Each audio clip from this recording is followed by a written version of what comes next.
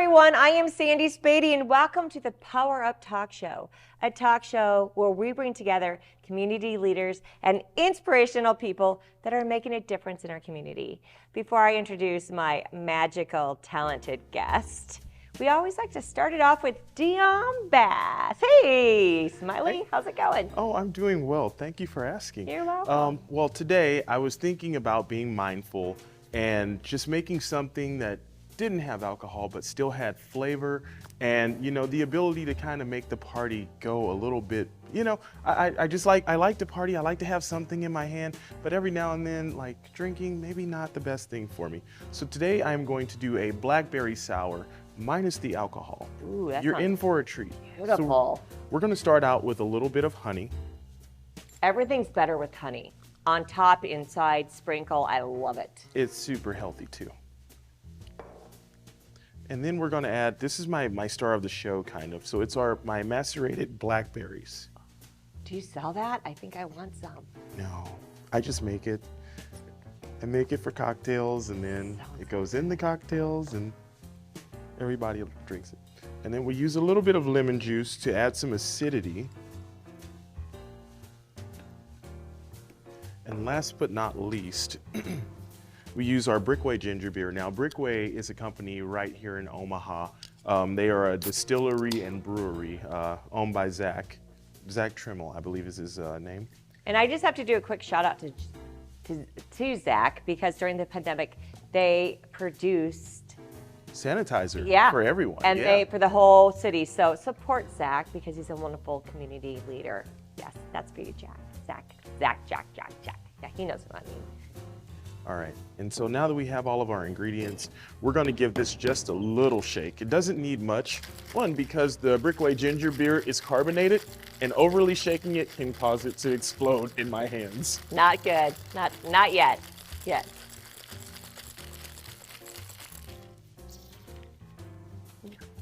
little hiss there. And with this guy, we're just gonna give her a little pour. That looks so yummy. It is.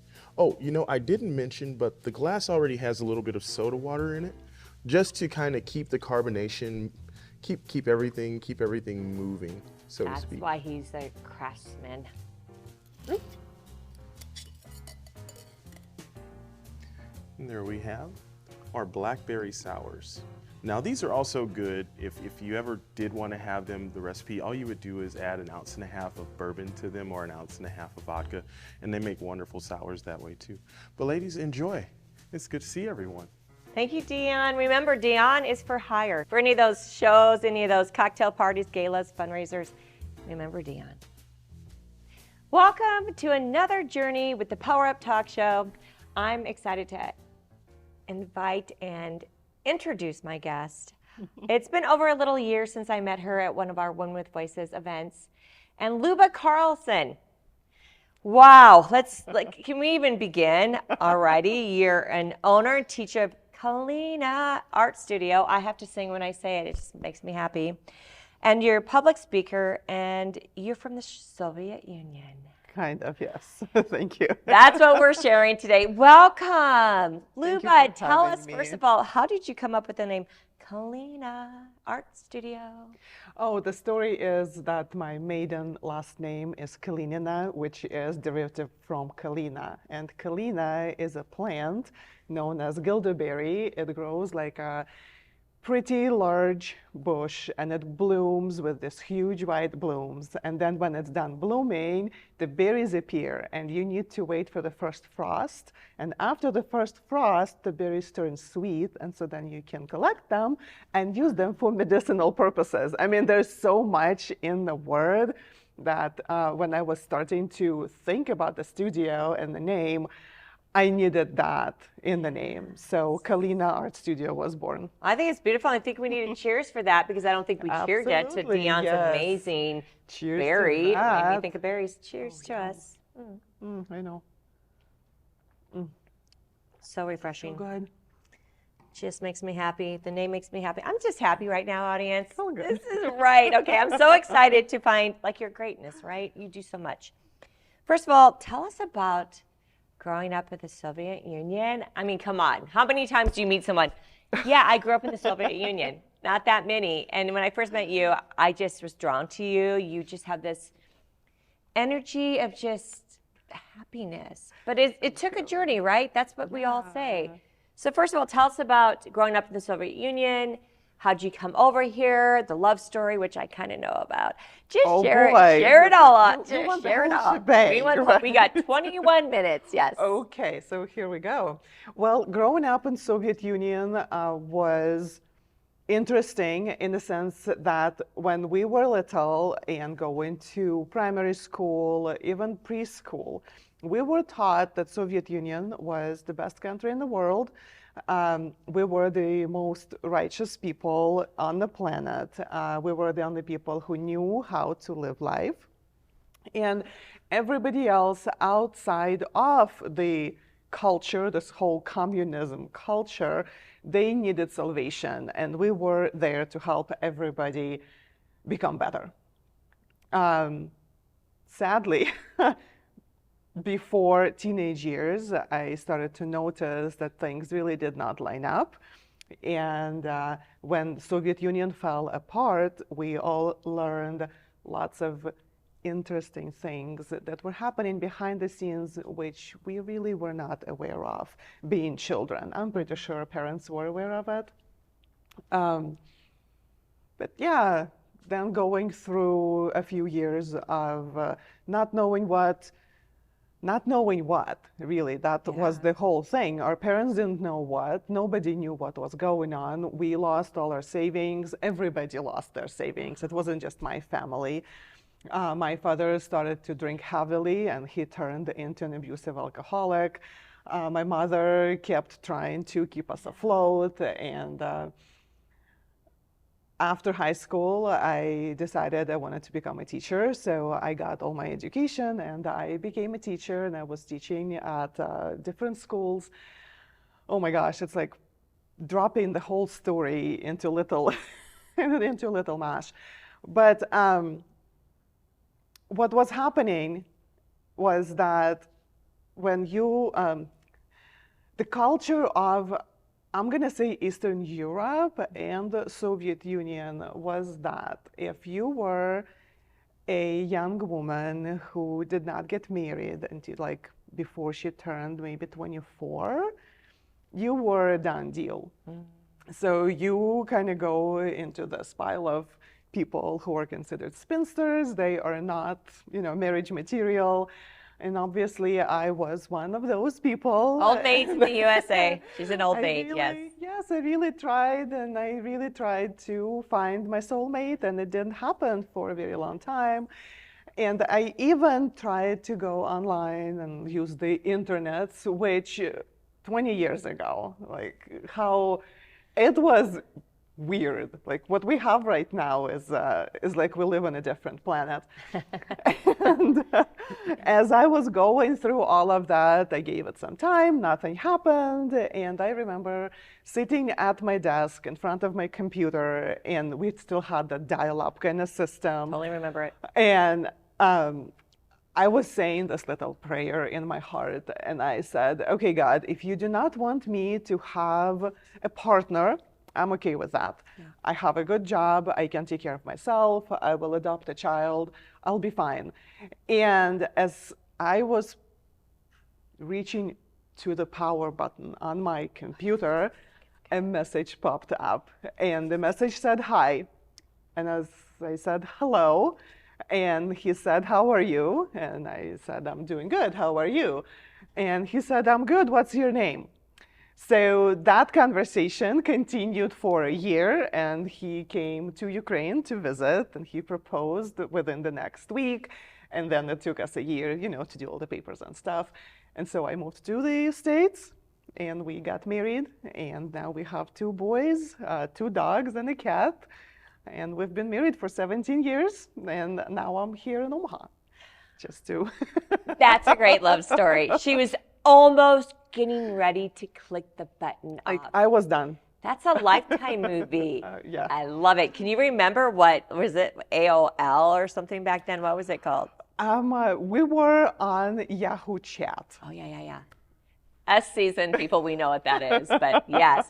That's so It's awesome. like, if you know what Yahoo Chat is, you're probably over a certain number Yeah, of some years. age. That means we're really smart, so don't mess with us. Exactly. All right, so you come to the United States, Yes. and wow, right? The changes that you have here. Oh, I know. Share with us the difference of how you adapted to all this newfound freedom, I'm guessing, correct? Share with the audience that transfer from having little freedom to not knowing to like you have more stable, your security's here, you're married in the United States of America. Tell us. So the United States of America had always been presented to us, being on the other side of the pond, as this land of Oz. It's the land of opportunities. This is where you go to make your dreams come true. And I thought, okay, I have my education. I'm a professional woman. I have a lot of skills that I have to offer. I'll be okay. Well, I moved to the States and I learned that first there is a whole lot of red tape for those who just moved to the States.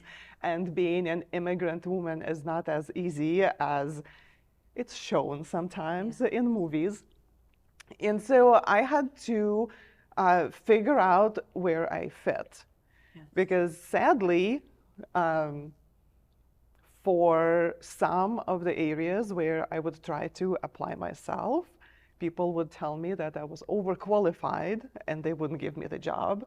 And then other areas, they would tell me that I was underqualified because I did not have the experience of work in the country.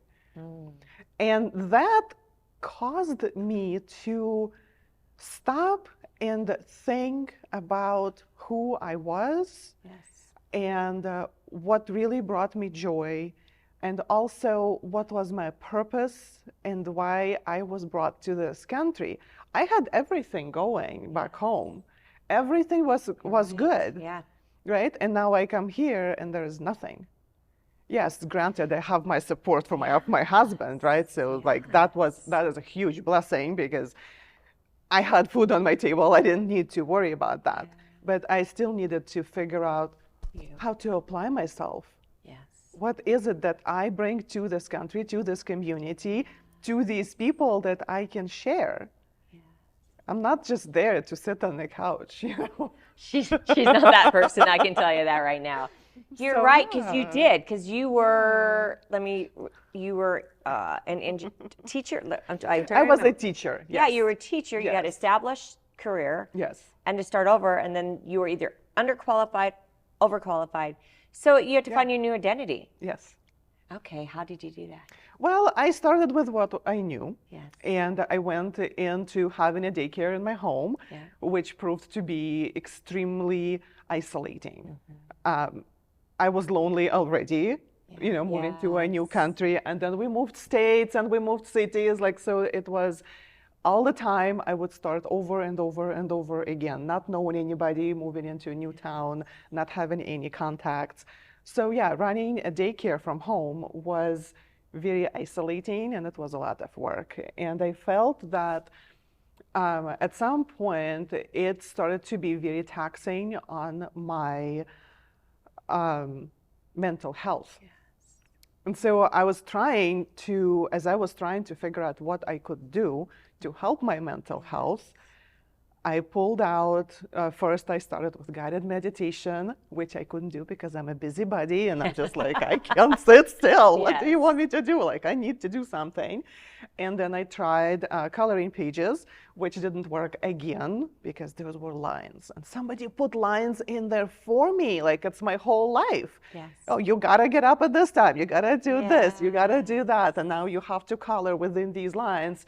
No, that did not work. And so after that, that was the first ever time when I picked up my pencil and my compass. I didn't mention because I have a mathematical background, my education. And so I used the tools that I knew and I created my very first mandala. And it's like a round, ornate object. Let's call it that, right? It was my very first drawing. I never did anything like that before. I never considered myself creative in any way. I could not draw a flower. I could not, like my sticky people, that I guess that Yeah. was as far as it went. Yes. And after that first mandala, when I looked up from it and I realized that my brain fog was gone and I could hear my thoughts again, and I had like my patience was back. I could literally, I could be present with my family, with the kids in my care. I didn't feel like go, go, go, go. I really started to see that there was something beyond that. Yes. And and from that, that's when my whole journey, that what you see right now, this is when it all started for me. Yes. Tell us about that journey. Oh my goodness. So yes, I started to draw and I started to look deeper into who I am. I went through all self-development books out there. I just gobbled them up. I went through everything I could find. I would do online personality tests, YouTube video with, like they teach you to draw things and they teach you to do things. Yes. And eventually I stumbled upon the idea of journaling. And journaling was not journaling is not really my thing. As I mentioned, mathematics, like my thing is more like bullet points. Yes. Give me some bullet points. Yes. I'm good. Like, don't give me this whole spiel. And I looked into gratitude art journaling at that point. And it started for me with just bullet points. And then I started adding some designs around it. And then it became this like real extensive art journaling gratitude practice. And I noticed that this practice connected me to God more than anything else I've ever done in my life. Yes. And at that point, I was like, okay, Luba, you cannot keep this to yourself. This is too good. Exactly. This is too good. You're given this. He gave this to me. Yes. So that I would share. And that was my very first on the topic post on Facebook, where I said, which was, I think, right around COVID, when COVID hit, I said, hey, who wants to do this with me? I'm doing gratitude art journaling. We get on Facebook Live for 15 minutes and we'll do it together. And we did that religiously. Nice. How often would you do that? We did that every day for 15 minutes. Wow. And by the end of the month, people told me that their blood pressure went down, they could sleep better, their whole outlook on life, they became more positive. So that's when I knew that I'm onto something. Yes. And then next, now we're like, and now what? Like, yes. She's onto something again, yes. Right? She's onto something. During all of this time, I'm trying to figure out my own business because it's all fun, doing lives and having a following on Facebook and YouTube, and it's all good indeed, it's all good. But what is it also that I could bring to my own home to maybe just even take the pressure off of my husband? Yeah. Who's the only person working, and he's providing for the whole family. So I was trying to figure it out and how to do this, and going around and around. I went through 3 other businesses. I'm not gonna, time, be mindful of the time. But going through all of these things, after having moved multiple times, after having to start over multiple times, I figured out there is a formula. That when I follow that formula, things happen much faster. And it's fascinating because it is so simple. And the formula goes like this: focused intensity over time multiplied by faith brought to the power of gratitude creates momentum, and momentum in its turn creates change in your life. Absolutely. And it's a mouthful. What I just said is a mouthful for sure. I can't repeat that, but I get it. But right? to break it down, this is what it is in reality, like in real life, what you can do. Know yourself, know who you are, what you are and why you are. Put time into who you are, what you are, and why you are. Do it with faith. Put gratitude into it, and you will see growth. And when you see that growth for the first time, it's the most amazing feeling. It's like that crazy scientist in a lab who puts things in, you know. I feel like very often we go through life and all we do is throwing spaghetti at the wall and seeing what's gonna stick. What's gonna stick? So just like that Yes. scientist, oh, let me put this in and this in and this in. We don't need to do this. I don't need to do this anymore because I know as long as I know who I am and what I'm supposed to do, as long as I'm putting my time into it and I'm doing it with faith and I'm putting gratitude into it, this is all I need to create that change in my life that I am striving for, that I hunger for. Yes. So here we go. It sounds so simple, but very few people do it, right? Yes. When I brought my Women with Voices together, my group, I was writing a book, and it was all about like taking that step for change, looking at yourself. What do you deserve? What do you want? Like, don't look at your past, but look at your future. It really does make a difference. And when you said that aha moment, when was that moment for you? You said something about that moment when you know it's working, or that moment I did it. What was that moment for you? Was it the very beginning when you made the first shape that you're like, this? I felt like, when was your aha moment? That is a wonderful question. I'm going to say I had quite a few of those moments, but one of the most prominent ones was that when we moved from Texas back to Omaha 2 years ago, and I thought, this is perfect. This is perfect test ground. I don't know anybody here. I have not been to this town for 10, 12 years. This is perfect. And so when we moved, I pulled out the formula and I started doing step by step. And we moved in February, and in March, I was already introducing myself to people in networking events.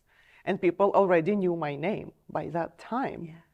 And I would say, I'm Luba Carlson, and they will be like, oh, you are Luba Carlson, because I knew I was moving, because I knew I was coming. So I made myself, visible and present in social media and all of that. And after, like when I introduced myself and I told them, hey guys, I just moved like couple weeks ago, 90% of the women went, you just moved and you're already here? Yeah. And that's how I knew that this is something. Yeah. This is something. And granted, not everybody can just, drop and run to networking events. Yeah. It's not about that. It's about knowing who you are and what you want to do, putting your time into it with your faith and gratitude, and show up. Yes. And when you show up and you see the eyes of people, the aha moments when I tell this to people and their eyes light up because they've read every book out there. Yeah. They listen to podcasts, they follow YouTube influencers, but everybody's teaching it from the point of one. Somebody is talking to mindset, somebody is talking to your time management, somebody is talking to your spirituality, and somebody else would be advocating for gratitude. And if you do not happen to hit all four at the same time, and it doesn't happen that you're like, oh, they need to be together, they still stay out of each other's realms pretty much. And we're still lost. We can have 3 out of 4 and we're still lost. So you need all of them. You gotta have the 4. Yes. And the relief people get when they tell them, hey, you just need the 4, it's okay. And they're like, oh, okay, I got this.